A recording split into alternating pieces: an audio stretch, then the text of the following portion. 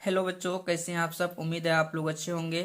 तो बच्चों, मैं आप लोग को अध्याय 11 सरल समीकरण क्लास 10th गणित के जो प्रश्नावली 11.1 चल रहा था उसमें हम आपको 7th नंबर तक के क्वेश्चन को सोल्व करके बता दिया है।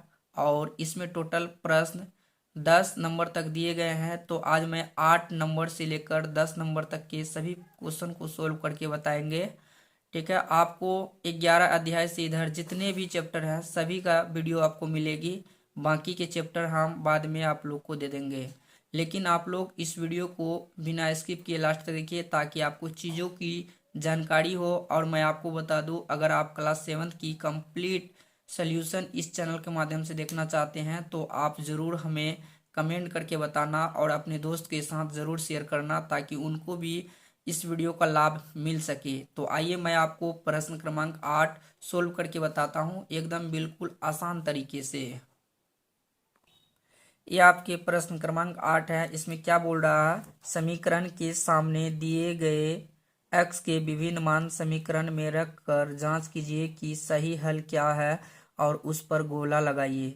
ठीक है, मतलब हमें इसमें क्या दिया गया, एक समीकरण दिया गया और समीकरण के जो है 4 मान दिए गए हैं। पहला मान है 1, दूसरा मान है 0, तीसरा मान है -1 और चौथा मान है 2।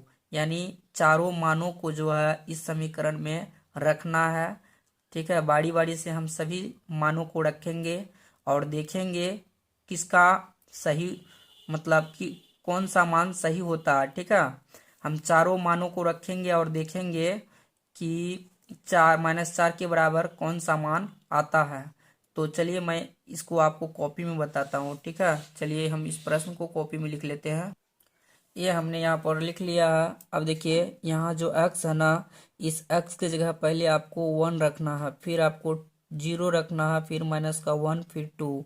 तो हम लिख लेते हैं यहाँ पर x का मान 1, यहाँ पर 1 है ना, 1 रखने पर तो देखिए 3x का मान 1 रखेंगे, -1 बराबर -4। यहाँ इम्प्लाइजेड भी लगाना है क्योंकि हिसाब के आगे बराबर है। 3 को 1 से गुना करेंगे 3 -1 बराबर -4। और अगर हम यहाँ घटाते हैं तो 2 बराबर -4 जो कि 2 के बराबर -4 नहीं है। तो अब फिर हम 0 रखेंगे। ठीक है, x बराबर 0 रखने पर 3x की जगह हम 0 रख देंगे, -1 बराबर -4। 0 को किसी भी संख्या से गुना करते हैं तो उसका गुणनफल 0 होता है। -1 बराबर में -4, यहाँ घटाएंगे तो -1 आएगा और जो कि -4 के बराबर नहीं होगा। फिर हम -1 रखेंगे तो लिखेंगे x बराबर -1 रखने पर तो लिखेंगे 3x का मान -1। ठीक है, उसके बाद फिर -1 बराबर में -4। अब देखिए यहाँ पे क्या होगा, -3 -1 बराबर -4। -3 और -1 माइनस माइनस में हमेशा जुड़ जाएगा। ठीक है, -4 हो जाएगा, यहाँ भी -4। तो ये आपका सत्य है। ठीक है, यानी आपका -1 सही उत्तर होगा, सही हल होगा। ठीक, आप देखिए इसका सही हल हुआ ना, इसको आप रखेंगे तो ये जो है बराबर नहीं आएगा। ठीक, क्योंकि यहाँ एक ही हल होगा जो आपको मतलब सर्च करना है, आपको खोजना है कि कौन सा हल सही है। तो ये आपका हल सही हो गया। चलिए 2 को भी रख कर देख लेते हैं। तो लिखेंगे x बराबर 2 रखने पर तो 3 गुना x का मान कितना रखेंगे 2, -1 बराबर -4, 3 दूना 6 माइनस में 1 बराबर -4, घटाएंगे तो 5 बराबर -4, जो कि 5 और -4 बराबर नहीं है। तो यहाँ पे जो है आपको यानी -1 में आपको घेरा लगा लेना है। ठीक है, -1 में आपको घेरा लगा लेना है। देखिए वीडियो में थोड़ा सा दब गया था तो हम आपको बता देते हैं। x का मान हम कितना रखेंगे 2, तो देखिए यहाँ 2 रख दिए। फिर 2 रखने के बाद -1 था तो -1 बराबर में -4 है तो -4। देखिए ब्रैकेट के अंदर गुना छिपा हुआ रहता है, इसको अब हम गुना करेंगे तो 6 हो जाएगा, माइनस का 1 बराबर माइनस का 4, घटा देंगे तो 5, फिर बराबर माइनस का 4, जो कि 5 और माइनस 4 बराबर नहीं है, इसीलिए नॉट इक्वल का चिन्ह लगा देंगे। इसको हिंदी में बराबर नहीं बोलते हैं, ठीक है। तो चलिए मैं आपको इसका दूसरा क्वेश्चन सोल्व करके बताता हूँ। दूसरा क्वेश्चन में क्या है कि 4x बराबर माइनस का 12, और यहाँ पे जो है आपको 3 मान ट्राई करना है। पहला है x बराबर 3, उसके बाद 2, उसके बाद माइनस का 3, उसके बाद 1। तो चलिए बारी बारी से हम इसको रख के देख लेते हैं। तो यहाँ पहले हम आपको x का मान रख के बताते हैं। x का मान पहला 3 है, इसलिए हम 3 रखेंगे। तो लिखेंगे 4 3 बराबर माइनस का 12, 4 तिया 12 बराबर माइनस का 12, जो कि ये बराबर नहीं है। अब हम 2 रखेंगे, तो लिखेंगे 4 x का मान 2, ठीक, बराबर में माइनस का 12। फिर यहाँ क्या होगा 8 बराबर माइनस का 12, जो कि दोनों बराबर नहीं है। फिर आपको क्या रखना है, माइनस का 3 रखना है। तो यहाँ लिखेंगे 4x का मान माइनस का 3, उसके बाद बराबर में माइनस का 12, माइनस माइनस प्लस माइनस होता है, यानी 4 तिया 12 होगा। फिर यहाँ माइनस का 12 होगा, ये आपका सत्य हो जाएगा, ठीक है। उसके बाद 1 रख कर देख सकते हैं। 4x का मान 1 रखेंगे, बराबर में माइनस का 12, फिर 4 बराबर माइनस का 12, जो कि ये दोनों बराबर नहीं है, इसीलिए आपको घेरा लगाना है माइनस का 3 में। इस तरीके से हम इसका दूसरा पार्ट को भी सोल्व कर सकते हैं, ठीक है। तो चलिए मैं आपको अगला पार्ट सोल्व करके बताता हूँ। तो यहाँ जो है आपको पहले माइनस का 1 रखना है। तो लिखेंगे 3 माइनस का 1, फिर माइनस का 1 बट्टा में 2 बराबर में 1। उसके बाद इसको इससे गुना करेंगे, माइनस का 3 माइनस में 1, फिर बट्टा में 2 बराबर 1, माइनस माइनस में जुटेगा, माइनस का 4 बट्टा में 2, यहाँ 1 होगा। अब इसको कटाएंगे तो 2 होगा, माइनस का 2 बराबर नहीं है 1 के। तो इस तरीके से आपको पहला मान रख लेना है। अब उसके बाद हम लोग दूसरा मान को रखेंगे। दूसरा मान क्या है हमारा 5 है। तो हम लिखेंगे यहाँ पर 3, x की जगह आपको कितना रखना है 5, 5 माइनस 1 है तो माइनस 1, बट्टे में 2 है तो 2, बराबर में 1 है तो 1। फिर क्या करेंगे 3 पचे 15, माइनस में 1 बटे में 2 बराबर 1। अब यहाँ घटा देते हैं तो 14 होता है, जो कि हम घटा लिए हैं, बराबर 1। अब यहाँ पे हम कटा देंगे तो 7 होगा, देखो हम 2 सकते 14, ठीक, तो बराबर नहीं है 1 के। तो इस तरीके से हम रख लेंगे। अब हम जो है आपको इसका तीसरा मान रख के बताते हैं। तीसरा मान आपको क्या रखना है, तीसरा मान 4 रखना है, ठीक है। हम यहाँ रख लेते हैं 4 रखना है। तो देखिए यहाँ क्या करेंगे, 3x की जगह कितना रखना है 4 माइनस का 1 बटे में 2 बराबर में 1 है तो 1, 4 तिया 12 माइनस 1 बटे में 2 बराबर 1। यहाँ कितना होगा 11 बटे 2, जो कि बराबर नहीं है 1 के। इस तरीके से आपको ये सोल्व कर लेना है। और फिर क्या करना है 1 रखना है। तो लिखेंगे 3x की जगह हम क्या रखेंगे, x की जगह हमको 1 रखना है, माइनस 1 बटे में 2 बराबर में 1। 3 को 1 से गुना करेंगे 3, माइनस में 1 बटे में 2 बराबर 1। 3 में से 1 जाएगा तो 2 बटे में 2 बराबर 1, कटा देंगे तो 1 होगा, 1 बराबर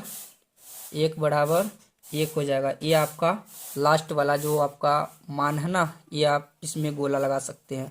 तो इस तरीके से आप सभी प्रश्नों को सोल्व कर लीजिए। मैं आपको 3 नंबर प्रश्न तक सोल्व करके बताया हूँ, ये आप खुद प्रश्न को सोल्व करके बताइए। अगर नहीं बने तो फिर हमको बताना, मैं आपको बता दूंगा, ठीक है। मैं आपको अभी सीधा 9 नंबर प्रश्न सोल्व करके बताता हूँ। ये आप देख सकते हैं 9 नंबर प्रश्न दिया गया है, ठीक है। इसमें क्या बोल रहा है, नीचे दी गई परिस्थितियों के लिए उपयुक्त समीकरण बनाइए, ठीक। यहाँ क्या बोल रहा है, पहला पार्ट, नीशु का कद 80 सेंटीमीटर है, उसकी माता जी उसके कद से 2 गुने से 5 कम है। देखिए नीशु का कद कितना है 80 सेंटीमीटर है, और उसकी जो माता जी है उसकी कद से 2 गुने से 5 कम है। कहने का मतलब है कि यहाँ है नीशु का कद, ठीक, उसके बाद उसके कद के 2 गुने से 5 कम है, यानी 2 गुना माइनस 5, ये आपका उत्तर हो जाएगा। ये हो जाएगा आपका समीकरण। अच्छा दूसरा पार्ट क्या है, दूसरा पार्ट आप देख सकते हैं, सरोज के घर से डाकघर की दूरी 250 मीटर है। ये सरोज का घर है, ठीक है। यहाँ देख सकते हैं सरोज का घर है, और यहाँ है डाकघर। यहाँ से यहाँ तक की दूरी 250 मीटर दिया गया है, ठीक। उसके बाद फिर क्या बोल रहा है वह अपनी साइकिल पर, मतलब कौन, सरोज, वह अपनी साइकिल पर घर से वह अपनी साइकिल पर घर से डाकघर के लिए निकलती है। प्रारंभ के 2 मिनट तक वह अपनी साइकिल 40 मीटर प्रति मिनट एवं अगले 3 मिनट तक एक्स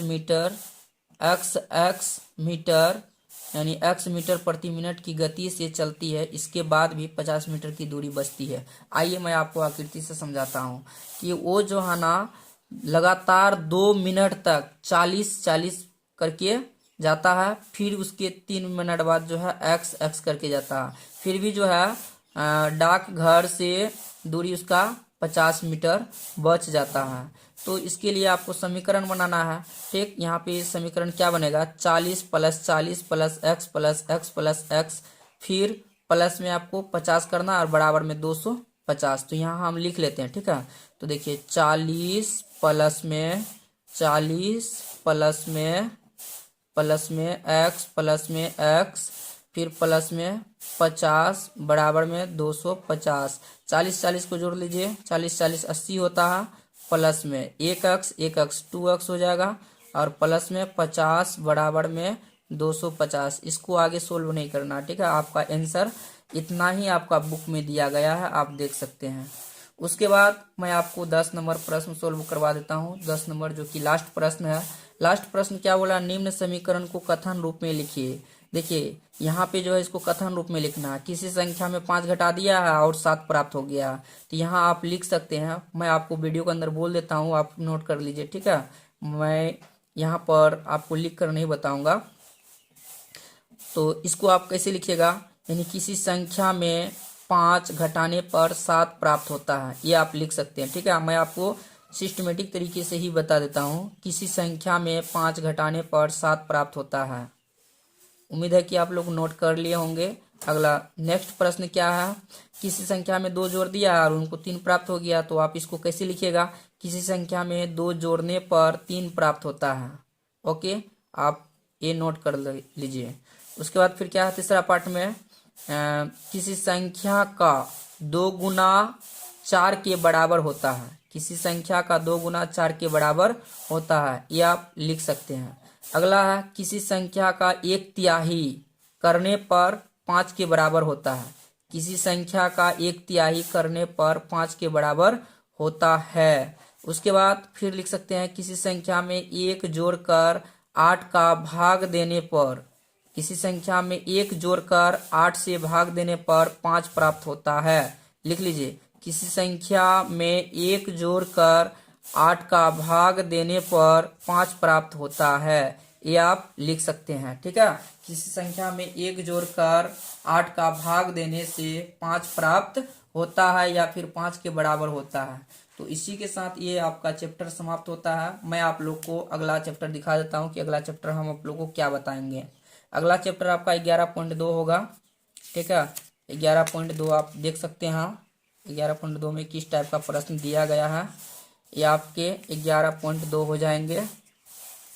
ठीक है, यहाँ पे क्या बोल रहा, तुलना संतुलन में x का भार बताओ, ये हम आपको x का भार बताएंगे। ठीक, यहाँ पे दिया हुआ x + 5 और यहाँ दिया है 15, x का मान आपको बताना है। सिंपल सा क्वेश्चन है। मैं आपको इधर सभी चैप्टर का वीडियो दूंगा, आप लोग जरूर इस वीडियो को लाइक कीजिए। ठीक है, और अपने दोस्तों के साथ शेयर कीजिए। मैं आपको क्लास 8 का भी वीडियो मतलब नए जनवरी से देने वाले हैं, तो आप लोग जल्दी से इस वीडियो का लिंक अपने दोस्त के साथ शेयर कर दीजिए।